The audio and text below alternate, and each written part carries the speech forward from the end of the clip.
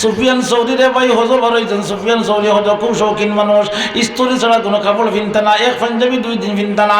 তখনকার জমানাত মানুষ বলে যাইতো জাহাজে হজর যাইতো, খাসা টাকার জমানা। সুফিয়ান সৌরি রহমতুল্লাহ আলাইহি বয়ান ফরমাইন, জাহাজে উঠলাম, মানুষ আর মানুষ, একটা ছেলে আছে কঙ্কালের মতো, একবারে জীর্ণ শীর্ণ পোশাক, একটা শার্ট আর লুঙ্গি, সব মানুষ যাজো বইছে, এই ফুয়াটা যাজোর কোন হাত বইয়া বইয়া তার কিতা করে কাম করে।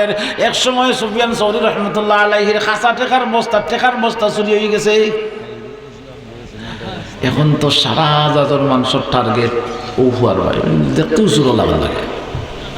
শার্ট একটা ফাটা, লুঙ্গি এখান 20,000 টন, ও ফুয়া মনে করে নিছে। সুফিয়ান সৌরি রহমতুল্লাহ আলাইহির খাসা টেকার বস্তা চুরি হয়ে গেছে। সারা যাজোর মানুষের শরীর তল্লাশি করা হর, সারা মানুষের টার্গেট ও ফুয়াটাই। দেখতেও তো লাগে ওলা, জীর্ণ শীর্ণ শার্ট একটা, ফুরান লুঙ্গি একটা ফিনতে বেরো, ও যাদের কুনাত বলে কেউ লোকে তার সম্পর্ক নাই। এসব দেখছে হে বাপ ভালো, এখন তো আমারে তল্লাশি করা হইব। কইছে আল্লাহ চুরি খেয়ে করছে, তুমি দেখছো, আমি তো চুরি করছি না। আল্লাহ চুরির অপবাদটাকে আমারে তুমি হেফাজত করো, হইয়াও জাহাজটাকে ফাল মারছে সাগর। সুবহানাল্লাহ। সাগর জাহাজ ফাল মারতে দেরি হয়েছে, ফানি আল্লাহ তাল্লাকে শক্ত বানিয়ে গেছে। জানো বেড়ে গিয়ে বইছে, বইয়া যাদর ভাই ছায়ার মুসকি খালি আসে। তুমি যদি আল্লাহর হুকুম মানো, তুমি যদি আল্লাহর ফরমান বরদার হইতে পারো যুবক, ওই যুবকের জন্য যদি সাগরের পানি শক্ত হইতে পারে, এখন থেকে আমরা এখানে যারা আছে খালি ইল্লাল্লাহর জিকির মারো আর খাইল ফজরের নামাজ পড়িয়া গে একটা ফিফুলার উপরে ফু দিও, দেখিও ঠেং এখানি বাঙ্গে বাংবনি সেনে জবান ঠিক না, কথা বলবেন। সুফিয়ান সৌরি রহমতুল্লাহ আলাইহি বলেন, যুবক সাগরের পানির উপরে জানু বেড়ে বইছে, আমরা তো জাহাজে গেলাম, যুবক তো পানির উপরে বসা। এক পর্যায়ে তার থেকে আমরা বিলীন হয়ে গেলাম, সেও আমাদেরকে দেখে না, আমরাও তারে দেখি না। খানায় কাবা তোয়াফ গেলাম, হাজার হাজার মানুষ খানায় কাবা খালি মানুষের তোয়াফ করে আর পড়তেছে লাব্বাইক লা শারীকা লাক লাব্বাইক ইন্নাল হামদা ওয়ান নি'মাতা লাকা ওয়াল মুলকা লা শারীকা লাক। আমি তোয়াফ করি আখতা দেখলাম ও ফুয়াটা ও কুনাত বইয়া খালি তসবিহ পড়ে। আমি গেলাম তার কাছে গিয়ে যে গেলাম, ও বা তোমার তুমি কি তার অমুক নাই নিবা, যাচো তা কি যে ফসলায় ও সুফিয়ান সৌরি নিলে বউ। সুবহানাল্লাহ কইতা নাই? হ্যাঁ, তুমি আমার নাম দেখি জানো, খালি তোমার নাম নাই, তোমার 14 গোষ্ঠী নাম জানি, এখানে গাঁওর নাম গেলাম, ইউনিয়ন থানা ওয়ার্ড যা আছে সব জানি। বলে এইটা কিতা করে সম্ভব? বলে অত এখন আগ্রহীও না, যেন যতখানো আসো ততখানো থাকি যাও, ঠিকান জানার তোমার কোনো প্রয়োজন নাই। বলে আমার জানার লক্ষ্য কৌতূহল যাচ্ছে, একবার তা হইবে নি। বলে কইতাম পারমু, তবে তুমি তো বেশি বেজুর জায়গা তার দিলিস, কথা কই না। ও সুফিয়ান সৌরি, রুহ জগত তুমি আসলাই, আমি আসলাম তোমার পিছনে, তুমি আসলাই আমার সামনে। ও সুফিয়ান সৌরি, রুহ জগত তুমি ছিলে আমার সামনে, আমি ছিলাম তোমার পিছনে। তখন তো রুহ জগত দেখা হইছে, তোমারও মনো নাই, আমার কিন্তু মনো আছে। আল্লাহ যে কোনো অবস্থায় দুনিয়ার তোমার সাথে আমার মোলাকাত ঘটাইয়া দিছে। সুফিয়ান সৌরি রহমতুল্লাহ আলাইহি বলে, ও যুবক, সাগরের পানি তোমার জন্য শক্ত হয়ে গেল। ও যুবক, আল্লাহর ওয়াস্তে একবার তা কইবে নি রে বাবা, আল্লাহ তোর এত উঁচা মুকাম কোন আমলের মাধ্যমে দিলা? ইমাম আহমদ ইবনে হাম্বল রহমতুল্লাহ আলাইহি যেমনে কইছেন, ইমাম আহমদ ইবনে হাম্বলে ওখান মনে রাখেন যেন পয়েন্ট।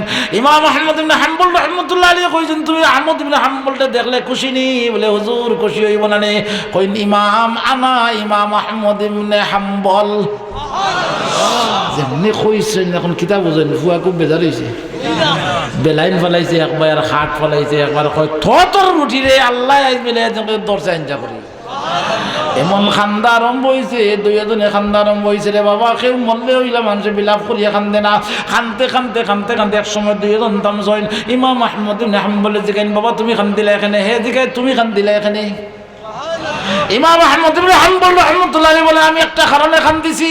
হেও কয় আমি একটা কারণে কান্দিছি। বলে তুমি কোন কারণে কান্দিছো? বলে হুজুর আমি কান্দিছি ও কারণে যে হুজুরের বাড়িত মানুষে লাইন ধরে হুজুরের লগে দেখা করবার লাগি। যে হুজুরে দেখা করবার লাগে হুজুরের বাড়িত মানুষ যায় রাত দিন 24 ঘন্টা মেহনত করিয়া ইমাম আহমদ ইবনে হাম্বল দেখবার লাগে তার বাড়ি যায়। আমি কিন্তু যাইতাম পারছি না, আমি আমার আল্লাহর কাছে কইছিলাম ও হুজুর যুগ শ্রেষ্ঠ আল্লাহর বলি আমার মতো এক নালায়েক আওরার মাঝখানে ইমাম আহমদ ইবনে হাম্বল রে আল্লাহ আমার কাছে পাঠাইছে। আমার আল্লাহ এত মেহরবানি করছে। আপনি খান দিলা কেন? বলে আমি খান দিছি রে বাবা, একটা কারণ আমার মনে হয়ে গেছে। তুমি তোমার আল্লাহর কাছে কইছিলা ও আল্লাহ ইমাম আহমদ ইবনে হাম্বল রে আমারে না দেখাইয়া মত দিও না, আল্লাহ ইমাম আহমদ ইবনে হাম্বল রে দেখাইও। এই কথাটা আল্লাহ এমন ভাবে কবুল করছে আমি ইমাম আহমদ ইবনে হাম্বল রে হাওরের অঞ্চলে তোমার কাছে আল্লাহ পাঠাইছে।